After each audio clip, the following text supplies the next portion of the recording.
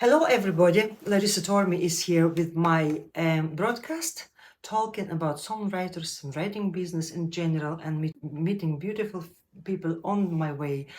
And I'm going to talk today to the very important person for me. And his name is Greig Watts. I hope I said it right. Am I right? You said it very right indeed. Yeah, Watts. Yeah. Greig, I mean, you know everything about us songwriters. We are like one big family with you, right? But nobody knows quite anything about yourself. Nobody. I must keep some secrets to You myself. do, maybe. you do. You have to ask the right questions. Well, don't you worry. I'll ask you questions. Okay. So from the very, very beginning, how did you get into music? Are you actually a musician, or you only working in the music business as a businessman? Or like what? No. Okay.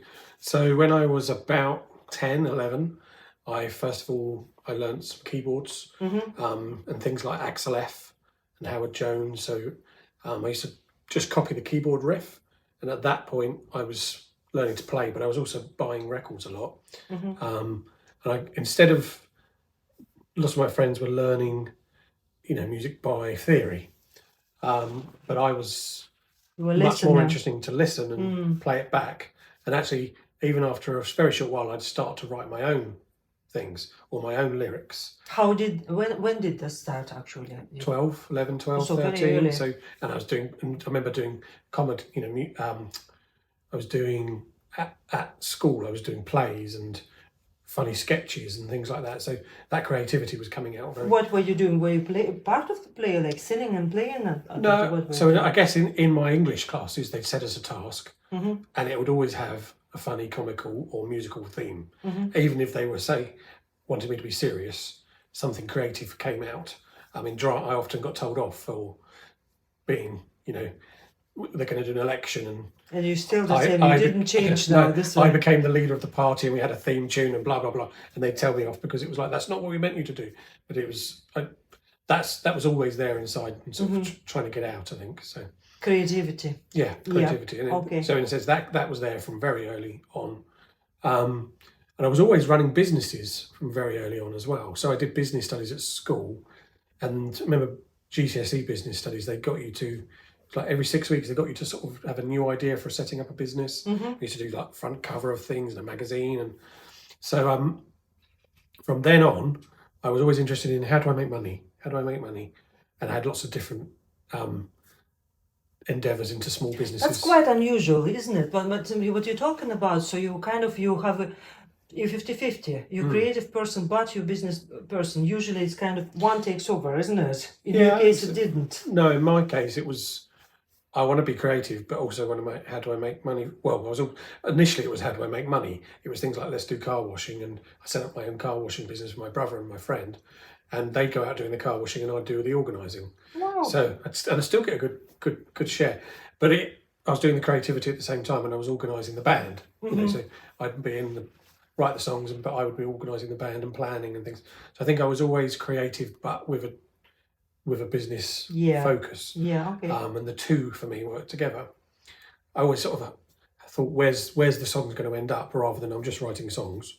Always had a thought, I want to be on top of the pops. I want to be number one. I want to be. So I was always like, how do I get there? So you didn't just write the songs and putting them into your drawer. You were thinking like where it should go. Then, is it? Very early. Interesting. Because I think the two sides to my brain, or what I was growing into, came at the same sort of time. I was fascinated by, I was listening to the charts every Sunday, taping the charts and wanting to be that, So in a chart. And I was doing lots of research about how you get in, and so writing the songs wasn't just writing songs; it was writing songs for a band that we could then get into the charts. And we were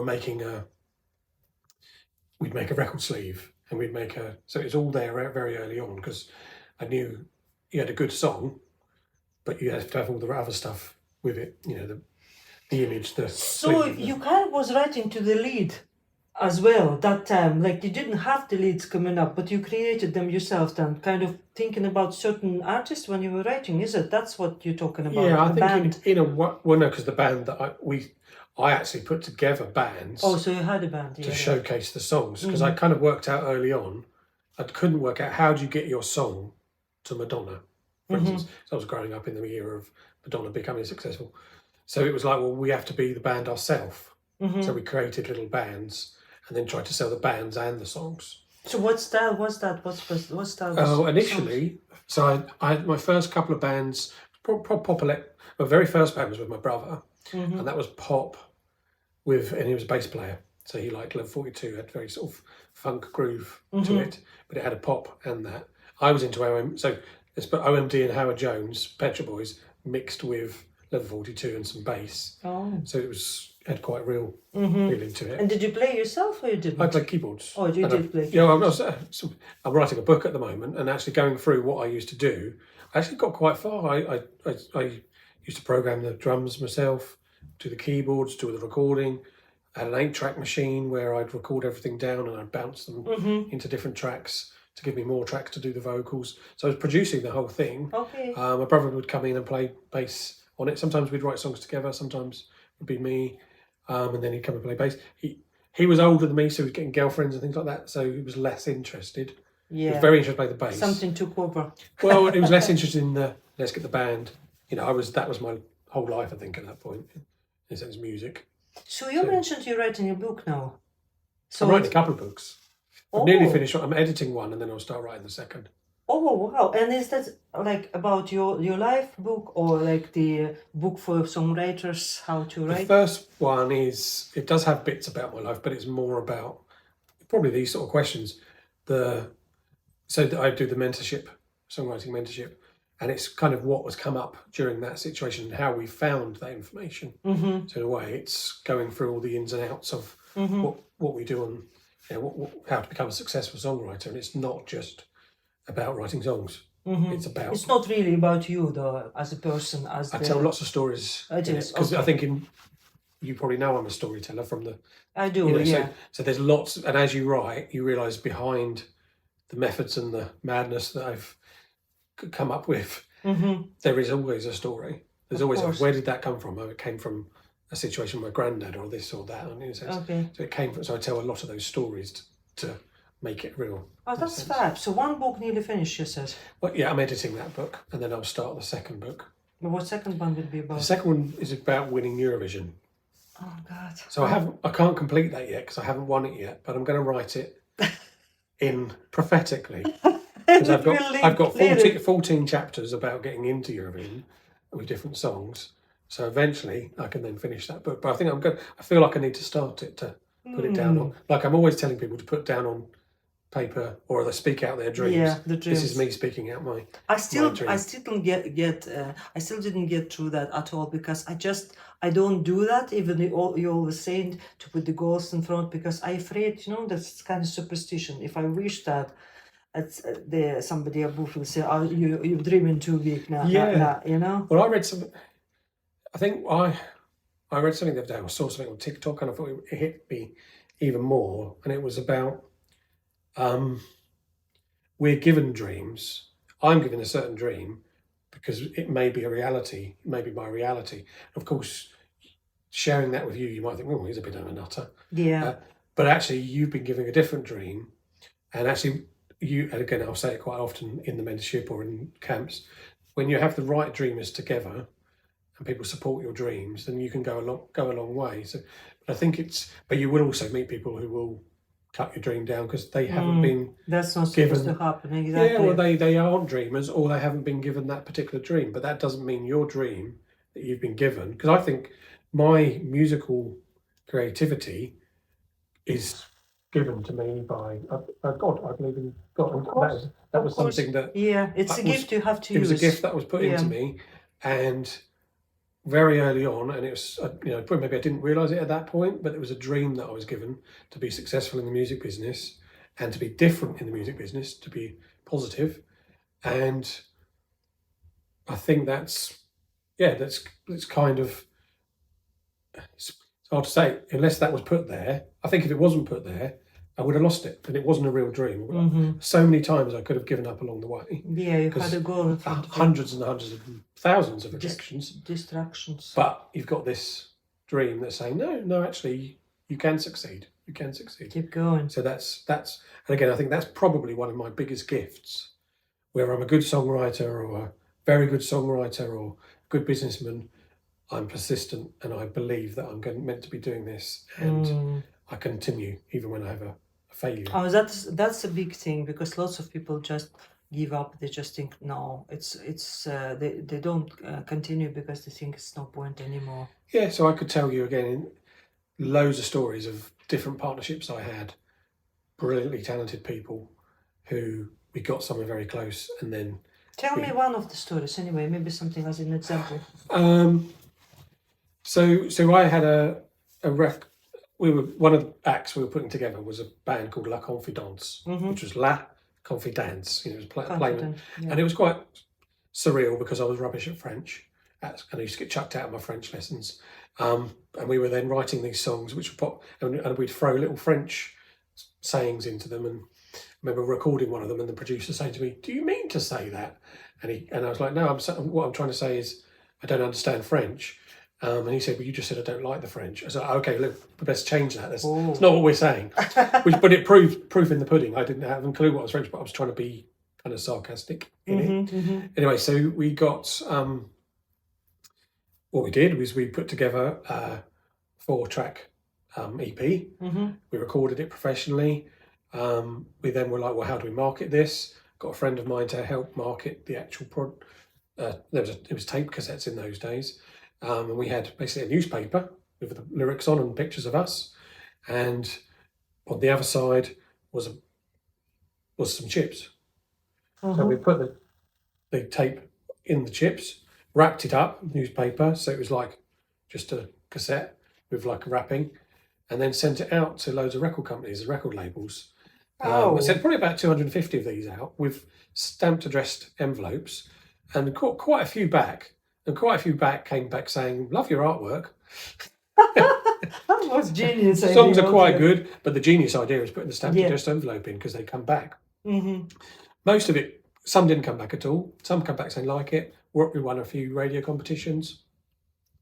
Did some positive stuff, but nothing much. And then we got this record company come back to us who said they're setting up a new company. It's a Japanese lady setting up a company in England, and she loved what we were doing. Come and talk to her. And we went up to London, had this very strange meeting, came away thinking, is that going to go anywhere? About a week later, we had a call saying, come into the office, which was actually in King's Langley. Went up to the office, and it was an estate. It wasn't an office. It was like, wow, what have we come to? And they basically said they wanted to offer me a record deal. Me and the singer. And there was a guy who wrote the songs with, a guy called Roger, who was kind of managing. But they said, first thing we're going to do is train you to sing. So they sent us off to sing lessons. I had to go 2 hours up to Mill Hill Broadway, 2 hours, about an hour's lesson, 2 hours back. After about 10 lessons, they called us in again and said, unfortunately, we don't think your singer has passed the test. We didn't know it was a test. I thought they were just... but Greg, you've passed the test and we want you to be the lead singer. And I was like, I didn't even know. But these are songs. I was the rapper with part singer. Oh my God. And these were the songs which were all written really for a female, with a guy going, hey, rap a little bit, rap here, there and there. So it was a bit odd because they suddenly wanted me to be the front person. And I kind of agreed initially, and then I kind of thought, this is silly. Actually, I went for an interview with them, and they asked me a question at the beginning and said, what's your ambition, your dream? And I said, I want to be a songwriter and a singer. Straight away, the first half an hour of that meeting, they then were saying, you said songwriter first. You said songwriter. You don't really want to be a singer. And I fought during that meeting. I said, yes, I do. Think of George Michael. He's a songwriter and singer, and he's an international artist. I want to be just like that. And at the end, they said, okay, we agree. We believe you. We'll give you the record deal. Problem is, I went home with that. When was it? How long I was about 20, so about nearly 30 years ago now. 30 years ago, okay. But I went home with that in my head. You said songwriter. And actually, they were right. I didn't want to be the front person. because all the time I was making these songs, I was always going, we need a singer to sing. Yeah. So I was looking for that person, and I was going into the background, and they kind of nailed it. So at the end of that, we looked for singers. It didn't work. The project sort of flopped a bit.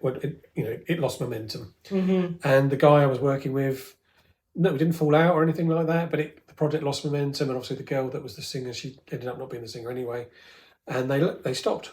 But I kind of was like, oh, what do I do? And I think I spent a bit of time working on my own a bit, and then carried on, and then found new people to work with, and several again had another one that got very close and then didn't, and I was the one that got up and carried on. And I said, I don't think I was the best songwriter or musician or singer or whatever in that. No, but that mix. that case kind of that case showed you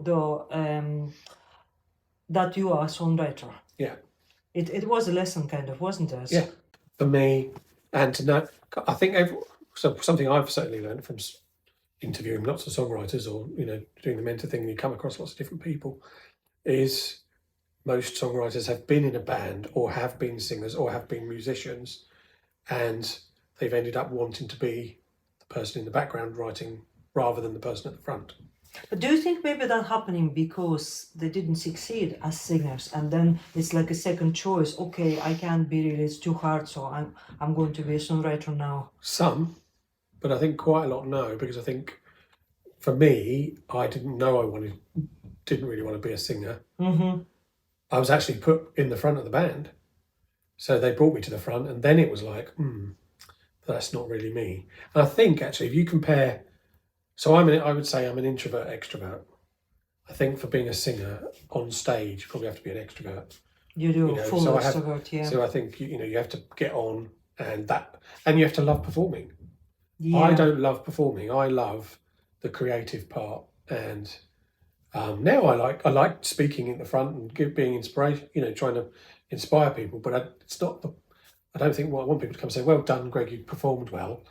The pleasure I get is from seeing people inspired, particularly hearing songs later where you think, oh, that's something I said in the morning has gone into that song. Yeah. That's, for me, is rewarding. Okay. Or at the end of a songwriting camp, you've got 8 teams and you're listening to 24 songs after 3 days thinking, these songs, be amazing. These songs weren't there until, and on the morning sessions, I do a little, hopefully, pep talk.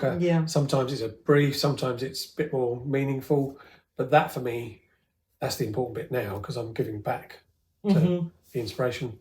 So at what stage then you decided to that you're going to be a mentor? When did that happen? A long time ago, or just recently? I think it happens naturally. I think there's an element where I probably always mentored someone younger than me, and I think we should always be mentoring someone, and someone should always be mentoring us. Interesting. So for me, in a sense, I should have people that are feeding into me, because I think we're always learning. I think I don't think I consciously knew I was mentoring until a few years ago, when actually during lockdown, I took on. I decided, what am I going to? I've got more time. What shall I do? Because I wasn't travelling with work so much, and I thought about politics, and I thought about football management, coaching. And I tried to do, I thought about politics for a bit, because I wanted to change things and help people. And I thought, but I can't align myself with any particular party. So, and everyone just hates politicians. I don't want that. I don't want to be hated. I want to be someone that changes something. So I thought I'll go into coaching with my daughter's football team.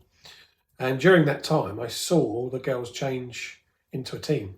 They were a team that was doing a group of girls playing football, and they were doing okay. And then I was there for about a year, and suddenly they were a team that played for each other, and they started to win things. And they've still gone on to win it. And it kind of made me go, I'm a coach. And I actually was seeing this advert talking about building online courses, and I remember having some interviews about that, and then realising that actually the songwriting and the publishing I've been doing, I'd say the songwriting in sessions, I was coaching people how to write songs, or getting the best out of them. I was always building. So I might not have always been the best writer, but I could see that one was doing really well, and I was pulling the best out of them. And so I guess I played that role all the way along, but I didn't realise it.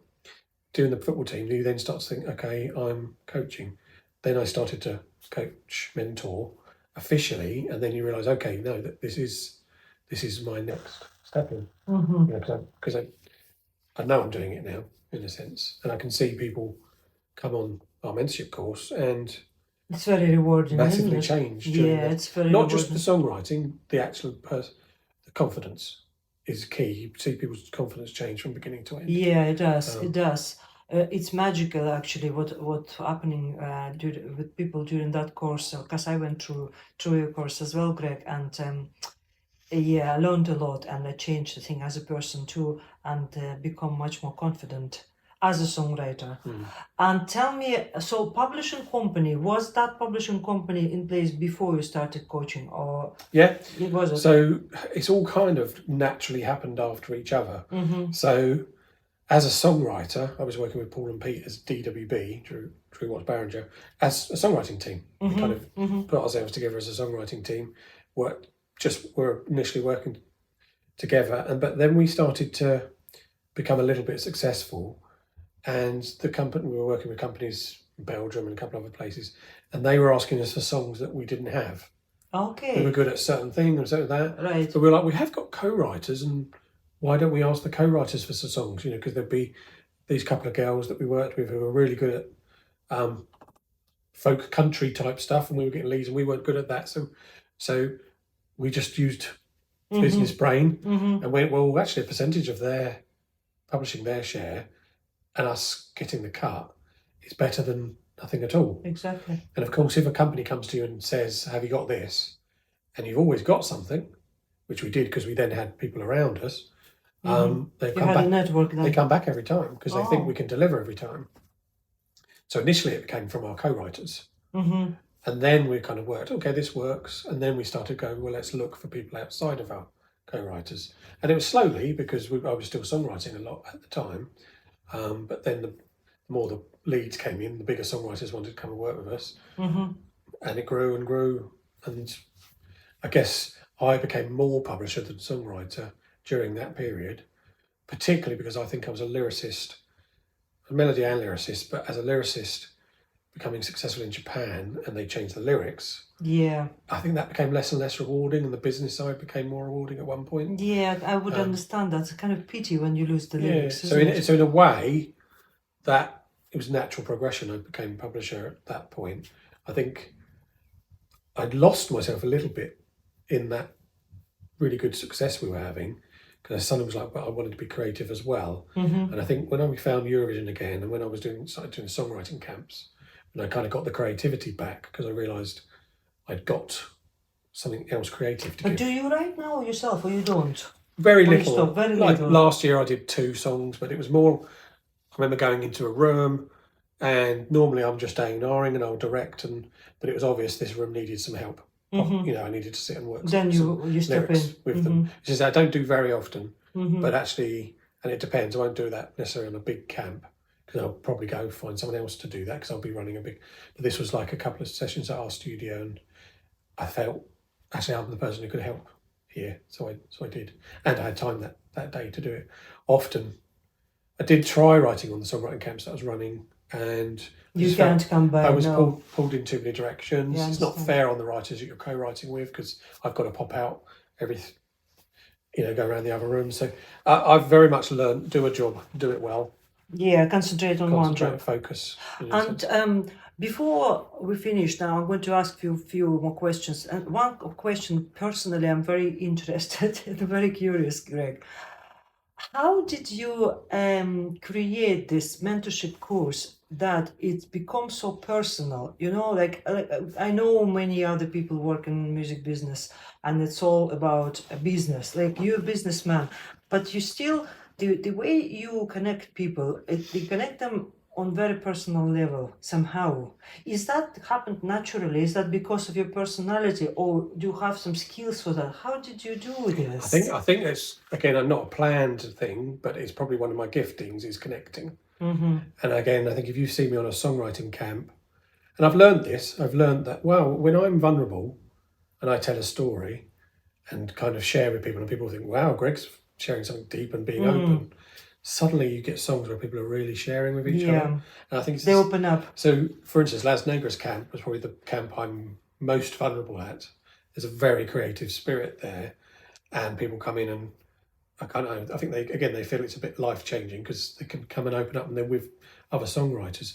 So when I'm open there, and I remember the first one I went on, seeing people open up on day 4. I remember the second one coming back and saying, this is a place you can really be open, so push them on day 1. From that point on, I've just felt like that is really important in the process. So, and I've based the course, the online mentorship course, on a lot of the experiences at Las Negras, I'd say, because I saw people connect through the writing, through the sharing, and then afterwards you'd come home and I'd see Facebook, someone's travelling to them, and I think they haven't actually written together. No. So part of the process is the eating breakfast together, is the having dinner together. Often when I'm doing the teams, I'll plan them and I'll be out for dinner and I'll see 2 people there who actually connecting. And you're like, they're connecting. All right. Maybe that's a session for tomorrow. Because they've already shared themselves, and the next day they go, how do you know? We were in a session, we were at dinner last night and we were talking. So the personal stuff I think is important. Very, very important. That's how beautiful songs happening then. I think so. That's very important. Doesn't it come through? I remember any coaching is when you're challenged. Anything we achieve is when we're challenged. And coaches need to learn how to challenge people. Read a book, I think it's Paul McCartney's book, very early on, years back, and he was often talking about, at the beginning it was him and John Lennon wrote songs, and it was Lennon McCartney, and that Lennon McCartney label lasted forever. But they didn't always write the songs together after album 2, 3. And he would say that John would come in with this amazing song. He'd know his names on it, but he'd be like, but that's John's song. So he'd go off, and John's written Strawberry Fields, and Paul would go off and go, okay, I've got to do something as good as this. He wrote Let It Be. Come back, and John would be like, wow, I know my name's on this, but that's Paul's song. So what they were doing was pushing each other. Encouraging each other. Yeah, it was friendly competition. They were still best friends, but it was friendly competition. It's a fabulous example. So they were pushing each other. And I think that is where mentorship and support and things like that. So we were trying to work into Eurovision. Again, that's a real big example of, if I get in, you're happy because you've been involved, you've been at a camp. If you get in, the other people at the camp are happy. They want to be in, and maybe there's a little bit of jealousy, but I think that what we breed is we're part of something and that person's successful at the moment. And the key is, it might be, I think it's very similar with sports. Well, you keep refocusing people all the time, and everything is very competitive now, especially with social media, and everybody feels I'm not big enough, not good enough. But what's happening within our groups, with the mentorship you're doing, it's completely different spheres. It's friendly. Yeah, spheres. because actually, if you use it, because I've come across, as you said, we're all rejected, so we're all. The more times we're rejected, the more times we feel like we're failures. And the truth is that you only become winning by failing hundreds of times. You only get, and the people that give up are the people that won't ever get to win. But actually, to win eventually, and to fail, you need a team around you saying, well, actually, you're good at this. Keep going. So it works. And actually, I think if you can see someone who, let's talk about Kate, who 18 months ago before the mentorship was still a really good writer, really good lyricist, but she was slightly overlooked. And she's come in and got more confident, and she's still the same writer. I wouldn't say, she probably, maybe she's improved for it. She's learning, but then she's got to Eurovision. So everyone else is like, Kate's done it. She can do it. Yeah, she could do it. Yeah. She can do it. I can do it. So there's an element of success within the team brings more success within the team. That's true. If it's the right people, you can have people come in, and I've had people come into a team and they're the wrong personality, and then you have to move them out the team very quickly because they become people that suck the spirit of the team. And they become very successful maybe, but they drain the energy of everyone else. So you have to be careful of those. So you have to watch anyway the teams and stuff. Yeah, and I've got better at that from inviting them in the first place. And Greg, tell me now, what's the plans anyway for future for yourself as the person, as the businessman and mentor of this course? What is your goal for the next 5 years? Let's say. Well, I want to win Eurovision. Win Eurovision. Win Eurovision's one goal. 2 books. Two books on the go. Yeah, one's almost finished. I'd like to release that in the next 6 months. Get it finished and release it properly in the next 6 months. The Eurovision one, obviously, I'll have to write as I go. And hopefully that's in the next 5 years. I would like to build the mentorship. And actually, I mean, I can already see, so 18 months in, we started in June, so coming up to 2 years now, I can see growth in people, and I can see leaders coming from, little teams forming. So I'd like that to continue and to grow. So in a way, our company grows from bottom up, and more of those people come through. So I think that isn't, for me, it doesn't feel like something that should stop. It feels like something that should continue. Evolved. And it will evolve. And as it gets bigger, you have to be careful it doesn't get too big, so it kind of kills itself. Very important, isn't it? Because sometimes something goes too big, and that's it. So it's not, the idea isn't that it's the biggest thing in the world, and the idea, and I think that's the same about our songwriting camps. So there's some songwriting camps who want to be the biggest songwriting camp in the world with millions of people on them. My thing is quality.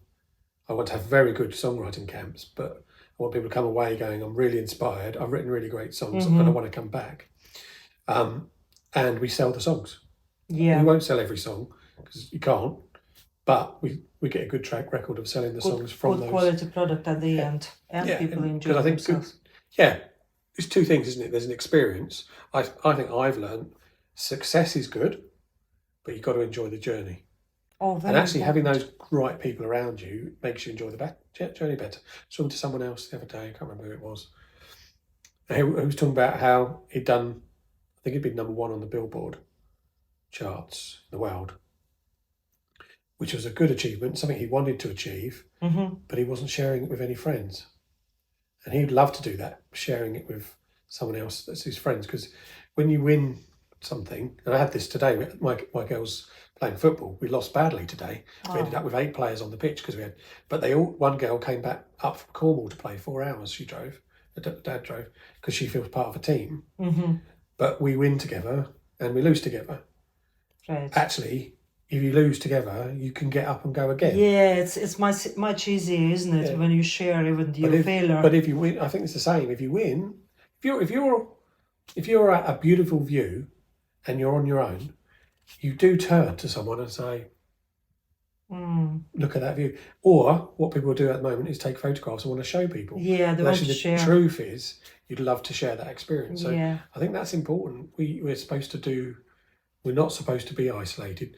Every songwriter if I've interviewed 300 songwriters for the mentorship course to see who goes on it, 99.5% of them told me they were isolated. Yeah, every songwriter feels like that, isolated. Nobody wants my music. It all goes into the somewhere computer or table, and nobody will hear it. So your course will so I guess that's help. My job.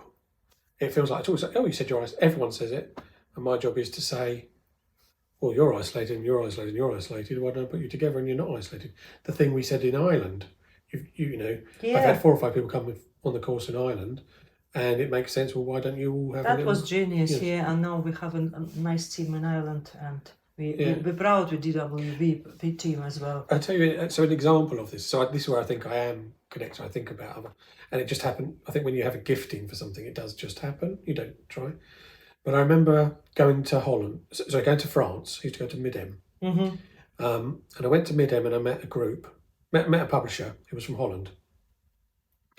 And he looked after a band called Within Temptation, and they were doing an English album. The Dutch act doing an English album, so he needed an English lyricist. So I came home and I thought, oh, who the lyricists I'm connected to? I'd sent off a few different bits to people and said, can you send me some lyrics? And Bruce R.F. Smith came back to me and said, I could do this. I'm in Holland. He's an English guy living in Holland. So I kind of said to them, well, I've got Bruce. I could introduce he could write lyrics to this particular song. So they said, yes, we'll try him. And which part of Holland's he from? So I said, Hilversum, and they said, so are we. Oh, wow. So I went to France to meet a Dutch publisher to introduce us to a Dutch act, who I introduced to an English act, and they then ended up in the same room writing it together. Well, I do believe there is no such a thing as a coincidence. So that's just lots of chain events happening, but I had to go somewhere to make, and I've got, that's kind of what the books are doing, is many stories of, was like, well, this isn't a coincidence. You go and do something, you go somewhere, you meet the right person, you meet... you go with the flow, isn't it? Yeah, and that's the key. If you could sit and... My brother was the best bass player I know. He was fantastic, but he wouldn't go out and play in bands. And he wouldn't go out and do stuff. Sometimes, I remember saying, someone's not going to walk past the window. Someone's not going to walk past the window and hear you play. You've got to go out. So I think you've got to think, even if you're the best songwriter in the world, somehow you've got to connect with the world. You do. Whether that's you or getting an agent or a publisher. It's not easy, but you're helping people, which is amazing. And I guess going back to right at the beginning, you said, where did I get into songwriting? I think that it was always songwriting and business. Mm-hmm. And I guess if I can put the two together, that excites me, because it's like and if I can help other people, because there's so many people out there who are doing great songs but don't know how to make money from it. And actually the key is, you can make money from it to keep going, then eventually you might be able to write for that Rihanna hit. That's true. I won't ever write that Rihanna hit if I have to stop. Yeah. So in the meantime, I could write for this person, write for that person, and earn some money and slowly build up. Mm-hmm. Eventually I might get there. So when are we going to read these fabulous books of yours? Like, I can't wait. First one, hopefully 6 months. Second one depends when I win Eurovision. Oh yeah, we're waiting for Eurovision. Greig, thanks so much. It was great chat. Thank you. And I hope we'll have more anyway. Yes, and everybody would love to hear the stories about yourself. Thank you.